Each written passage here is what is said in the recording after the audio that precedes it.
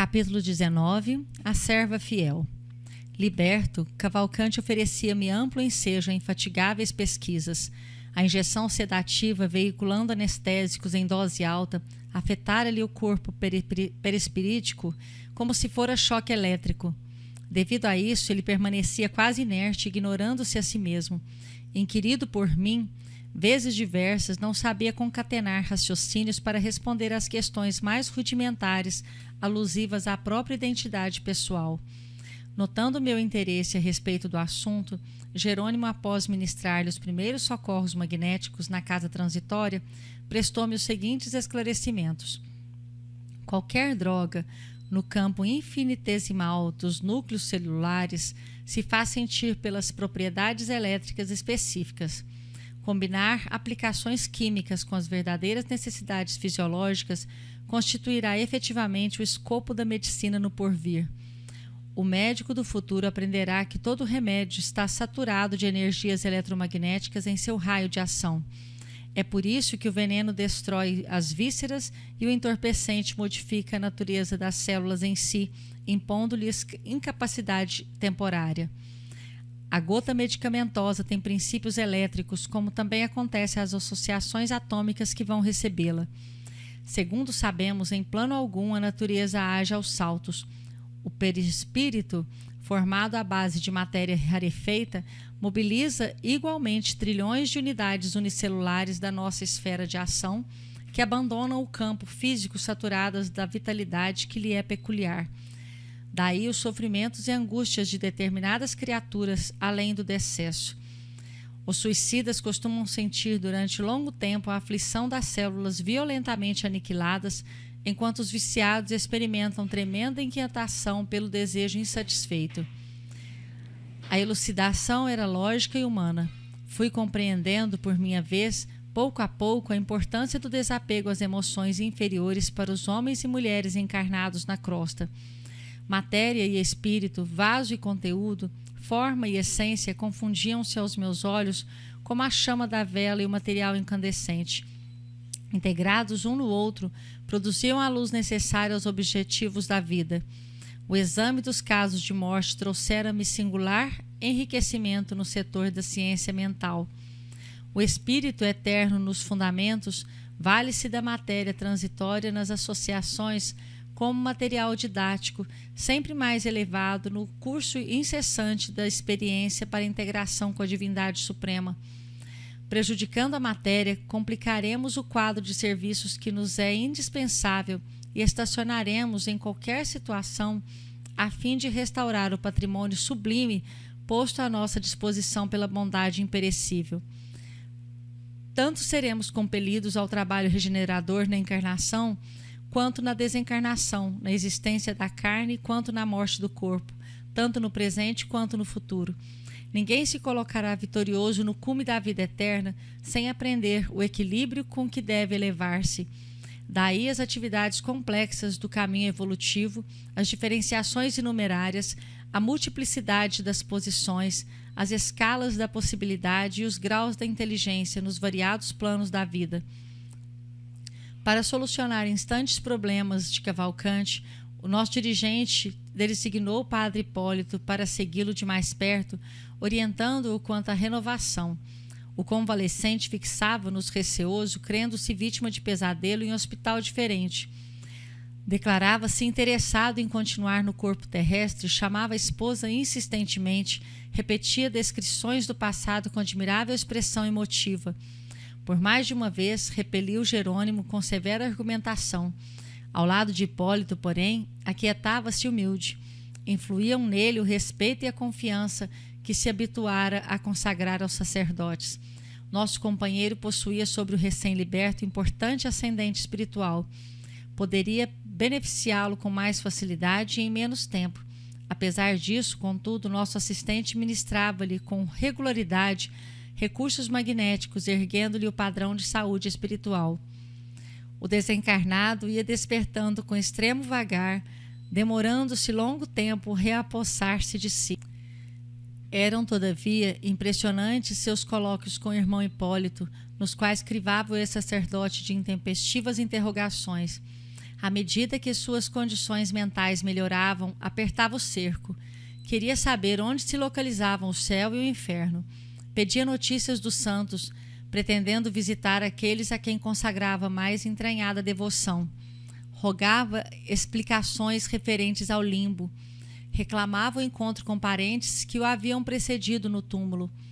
Solicitava elucidações sobre o valor dos sacramentos da Igreja Católica.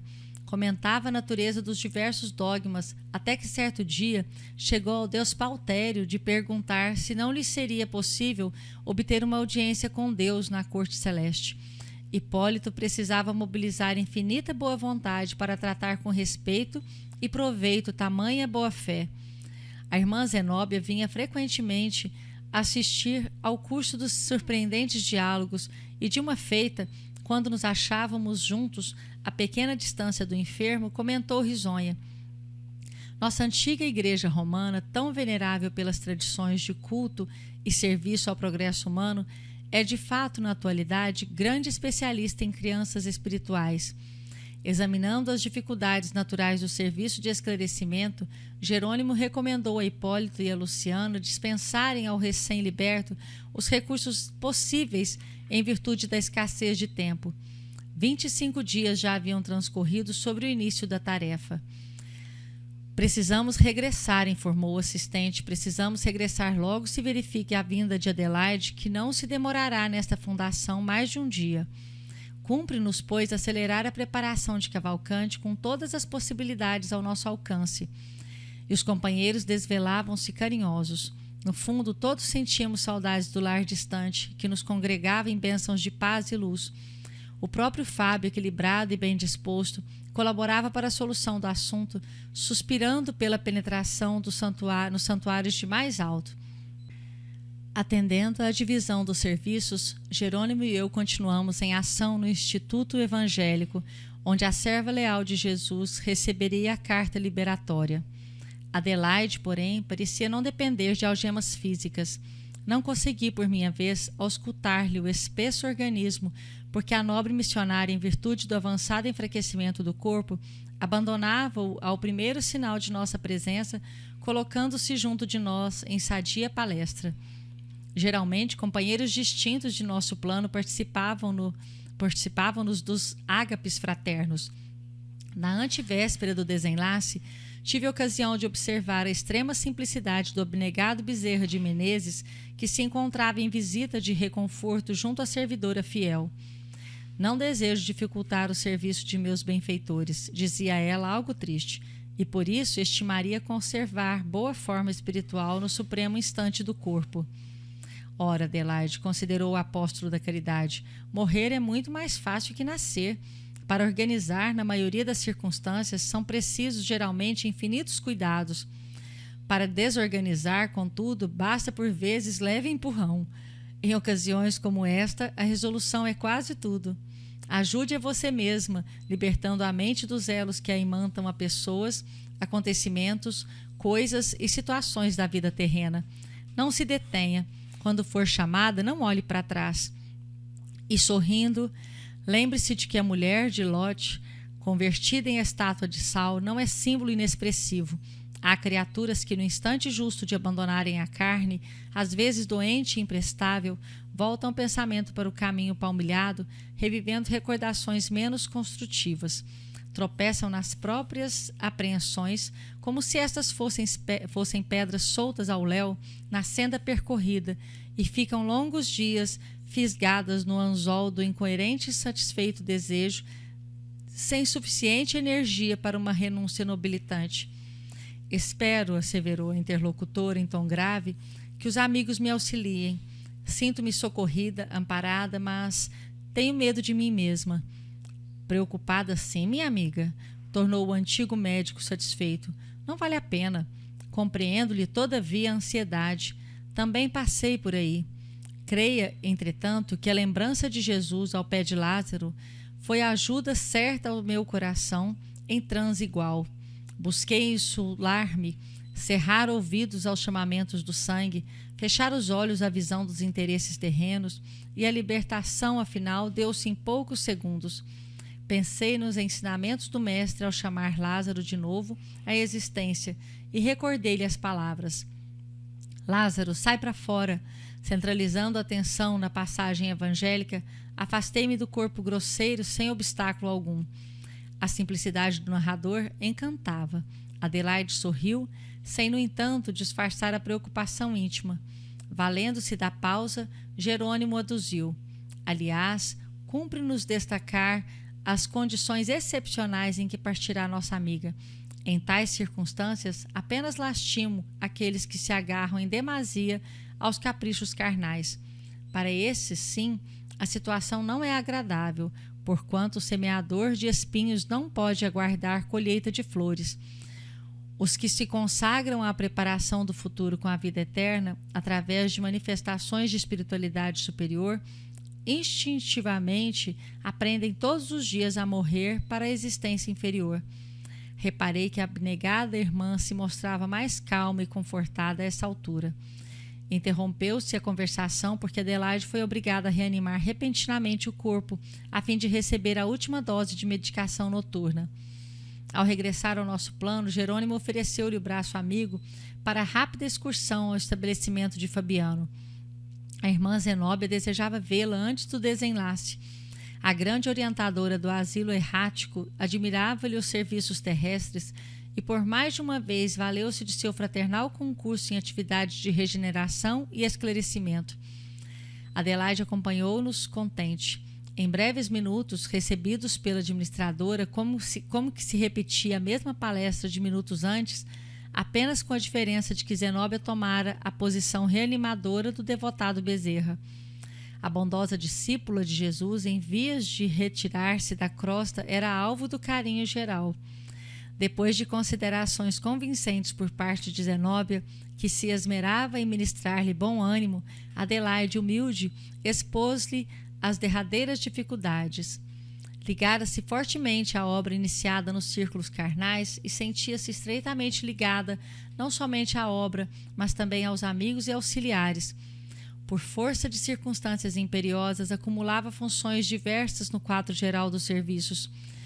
Possuía toda uma equipe de irmãs dedicadíssimas que colaboravam com sincero desprendimento e alto valor moral no amparo à infância desvalida. Se estimava profundamente as cooperadoras, era igualmente muito querida de todas elas. Como se haveria ante as dificuldades que se agravavam? No íntimo, estava preparada, no entanto, reconhecia a extensão e a complexidade dos óbices mentais. Seu quarto de dormir na casa terrena semelhava a redoma de pensamentos retentivos a interceptar-lhe a saída. Quanto menos se via presa ao corpo, mais se ampliava a exigência dos parentes, Como portar-se ante essa situação? Como fazer-lhe sentir a realidade? Enlaçara-se em vastos compromissos, tornara-se involuntariamente a escora espiritual de muitos. Entretanto, ela mesma reconhecia a imprestabilidade do aparelho físico. A máquina fisiológica atingira o fim. Não conseguiria manter-se, ainda mesmo que os valores intercessórios lhe conseguissem prorrogação de tempo. A orientadora escutou-a, atenta, qual médico experimentado em face de doente aflito, e observou por fim: reconheço os obstáculos, mas não se amofine. A morte é o melhor antídoto da idolatria. Com a sua vinda operar-se-á necessária descentralização do trabalho, porque se dará a imposição natural de novo esforço a cada um. Alegre-se, minha amiga, pela transformação que ocorrerá dentro em pouco. Reanime-se, sobretudo, para que a sua situação se reajuste naturalmente, sem qualquer ponto de interrogação ao término da experiência atual. Silenciou durante alguns momentos e notificou em seguida: temos ainda a noite de amanhã. Aproveitá-la-ei para dirigir-me aos seus colaboradores em apelo à compreensão geral. Amigos nossos contribuirão para que se reúnam em assembleia, como se faz indispensável. A visitante agradeceu penhorada. Prosseguimos na mesma vibração de cordialidade, mas Zenóbia modificou o rumo da palestra. Abandonando os assuntos de morte e sofrimento, comentou os serviços edificantes que levava a efeito junto de certa expedição socorrista, cujos membros realizavam admiráveis experiências no Instituto nos dias em que se desobrigavam dos trabalhos imediatos na crosta. E discorreu tão brilhantemente sobre a tarefa que Adelaide olvidou por minutos a situação que lhe era peculiar, interessando-se vivamente pelos lances descritivos. A providência coroava-se de animadores resultados, porque a conversação diferente fizera-lhe enorme bem, propiciando-lhe provisório apaziguamento mental. A desencarnante tornou ao corpo bem disposta, reanimada. No decurso do dia, Jerônimo e a diretora da casa transitória combinaram medidas relativas à reunião da noite. O assistente empregaria todo o esforço para que a organização fisiológica da enferma estivesse nas melhores condições, enquanto 2 ativos auxiliares de Zenóbia se incumbiriam de cooperar para a condução do pessoal de Adelaide à Assembleia. O dia, desse modo, esteve cheio de tarefas referentes à articulação prevista. Através de reiterados passes magnéticos sobre os órgãos da circulação, nos quais o meu concurso foi dispensado por desnecessário, em vista da extrema passividade da enferma, Adelaide entrou em fase de inesperada calma, tranquilizando o campo das afeições terrenas. Renovaram-se de súbito as esperanças. A reação orgânica surgira dentro de novo impulso, melhorando o quadro dos prognósticos em geral. Multiplicaram-se as vibrações de paz e as preces de reconhecimento. Em vista disso, iniciou-se com grande facilidade, após a meia-noite, o trabalho preparatório da grande reunião. Auxiliadores de nosso plano trouxeram companheiros da instituição, localizados em regiões diversas, provisoriamente desenfaixados do corpo físico pela atuação do sono.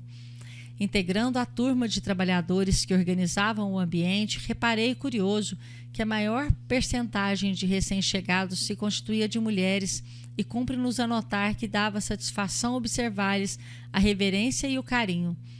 Todos traziam a mente polarizada na prece em favor da benfeitora doente, para elas objeto de admiração e ternura.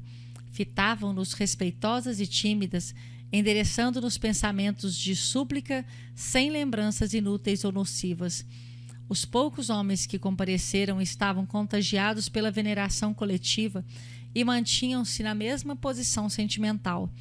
A elevação ambiente espalhava fluidos harmoniosos, possibilitando agradáveis sensações de confiança e tranquilidade. Por sugestão de Jerônimo, a reunião seria realizada no extenso salão de estudos e preces públicas, devidamente preparado. Para esse fim, não poupáramos esforços. Acionando peças de eficaz cooperação, submetemos a enorme dependência a rigoroso serviço de limpeza. Os componentes da Assembleia podiam descansar tranquilos, sem o assédio de correntes mentais inferiores.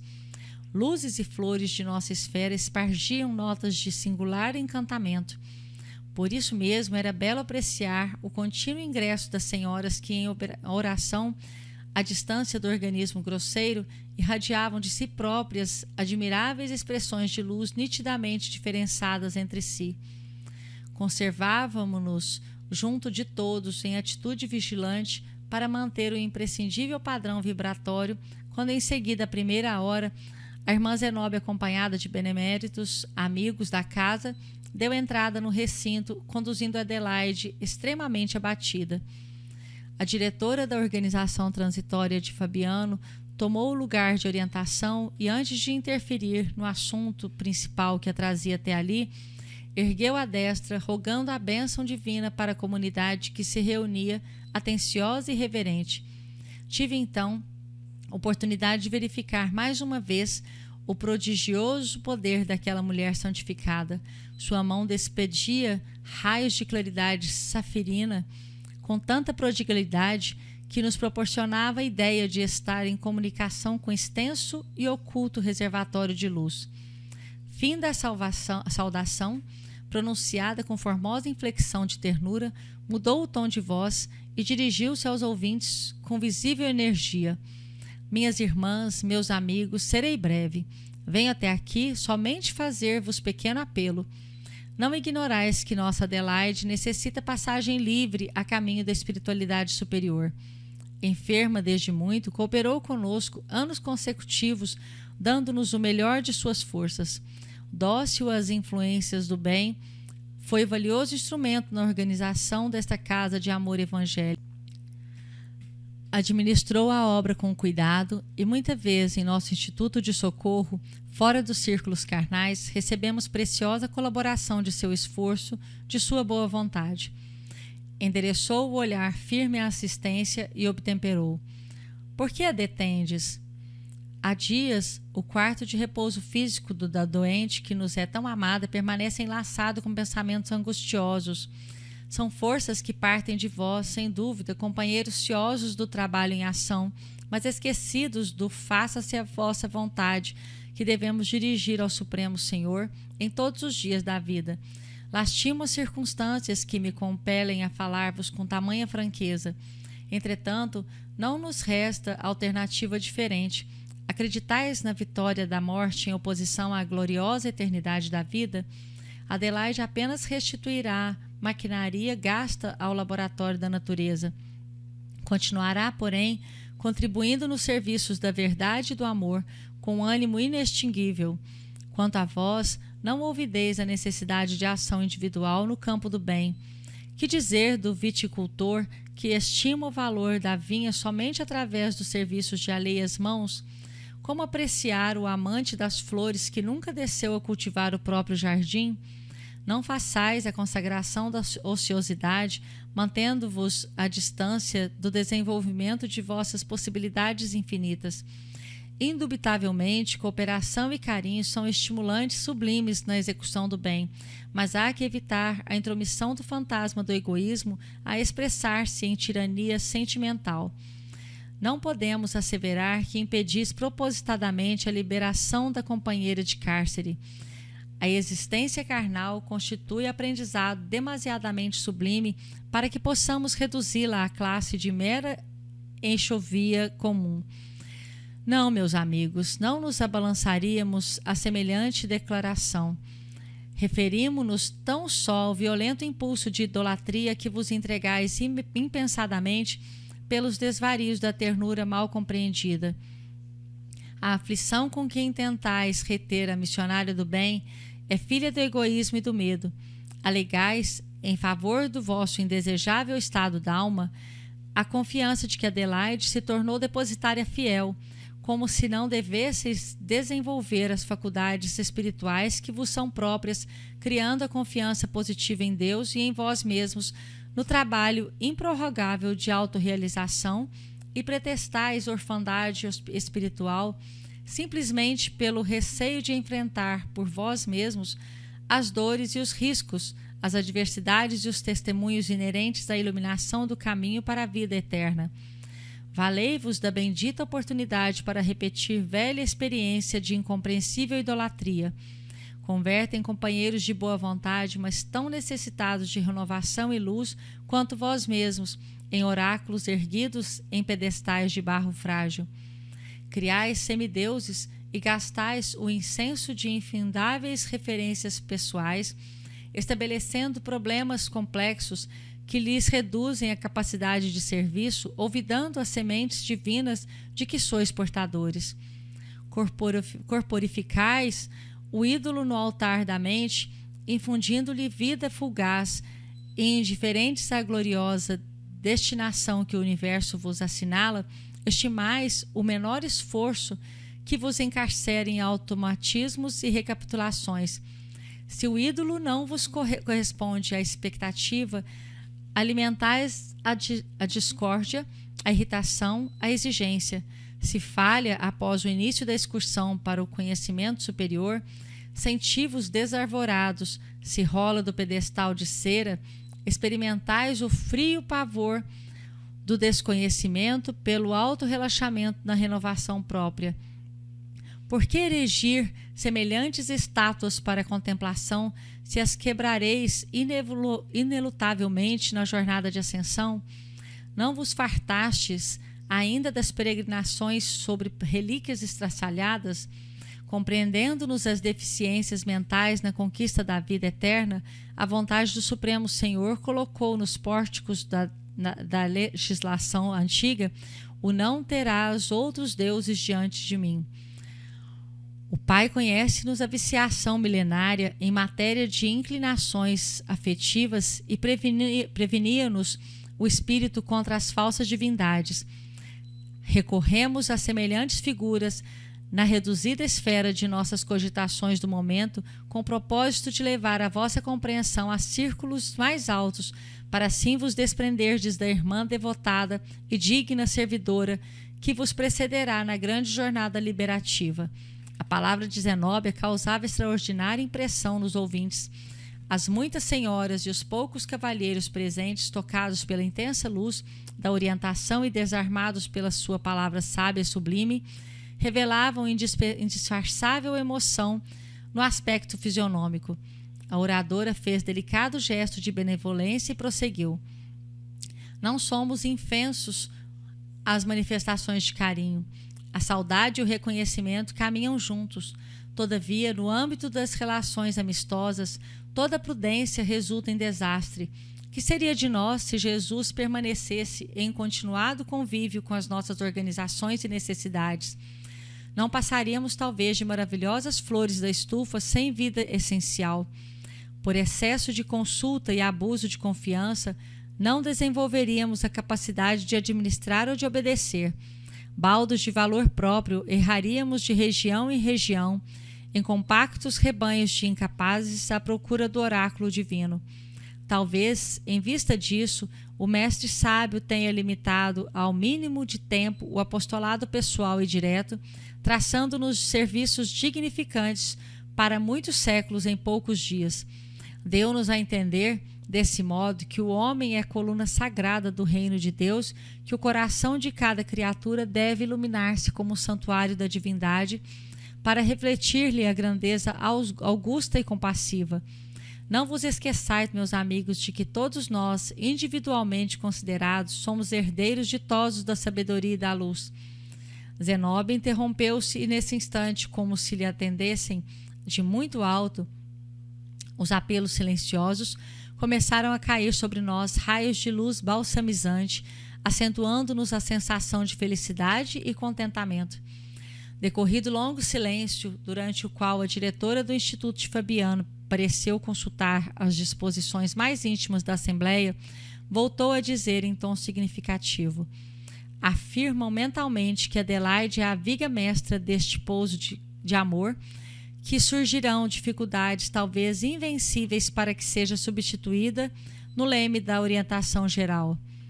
Entretanto, sabeis que vossa irmã, não obstante os valores incontestáveis que lhe exornam a personalidade, foi apenas instrumento digno e fiel dessa criação de benemerência, sem ter sido, porém, sua fundadora. Afeiçoou-se ao espírito cristão, ao qual nos adaptaremos por nossa vez, e foi utilizada pelo doador das bênçãos nos trabalhos de extensão do Evangelho purificador.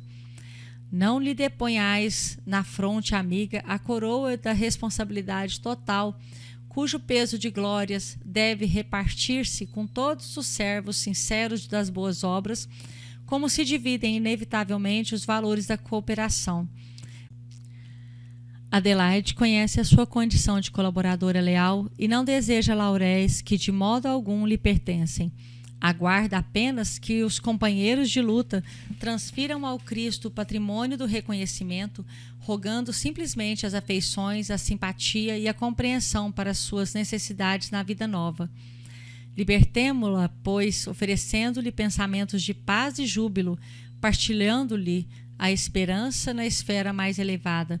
Logo após, a orientadora terminou orando sentidamente e suplicando para todos nós a bênção divina do Pai poderoso e bom.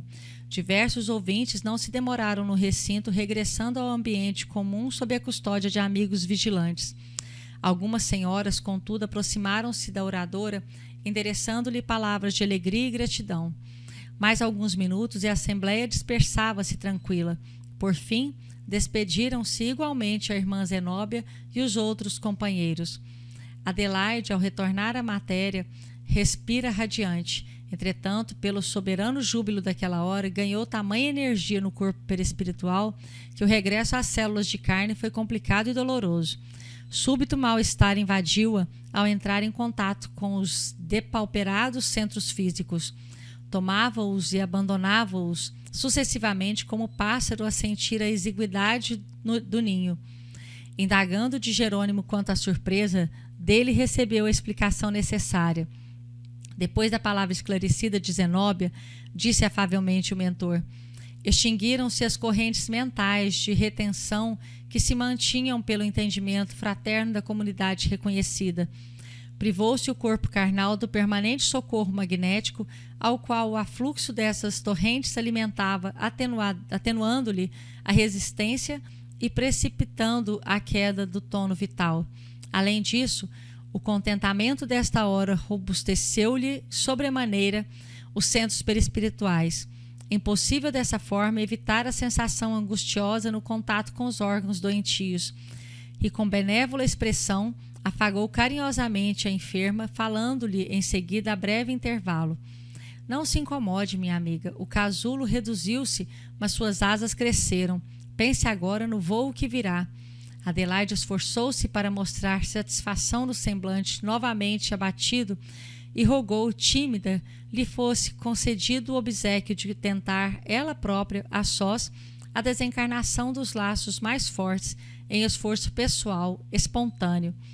Jerônimo aqueceu satisfeito e, mantendo-nos de vigilância em câmara próxima, deixamo-la entregue a si mesma durante as longas horas que consumiu no trabalho complexo e persistente. Não sabia que alguém pudesse efetuar semelhante tarefa em concurso alheio, mas o orientador veio em socorro de minha perplexidade, esclarecendo: a cooperação de nosso plano é indispensável no ato conclusivo da liberação. Todavia, o serviço preliminar do desenlace no plexo solar e mesmo no coração pode, em vários casos, ser levado a efeito pelo próprio interessado, quando este haja adquirido durante a experiência terrestre o preciso treinamento com a vida espiritual mais elevada. Não há, portanto, motivo para surpresa. Tudo depende de preparo adequado no campo da realização. Meu dirigente explicara-se com muita razão. Efetivamente, só no derradeiro minuto interveio Jerônimo para desatar o apêndice prateado. A agonizante estava livre, enfim. Abriu-se a casa à visitação geral. Evangelizados pelo verbo construtivo de Zenóbia, os cooperadores encarnados, embora não guardassem minudentes recordações, sustentaram discreta atitude de respeito, serenidade e conformação. A denodada batalhadora, agora liberta, esquivou-se gentilmente ao convite para a partida imediata. Esperou a inumação dos despojos, consolando amigos e recebendo consolações. Depois de orar fervorosamente no último pouso das células exaustas, agradecendo-lhes o precioso concurso nos abençoados anos de permanência na crosta, Adelaide, serena e confiante, cercada de numerosos amigos, partiu em nossa companhia a caminho da casa transitória, ponto de referência sentimental da grande caravana afetiva.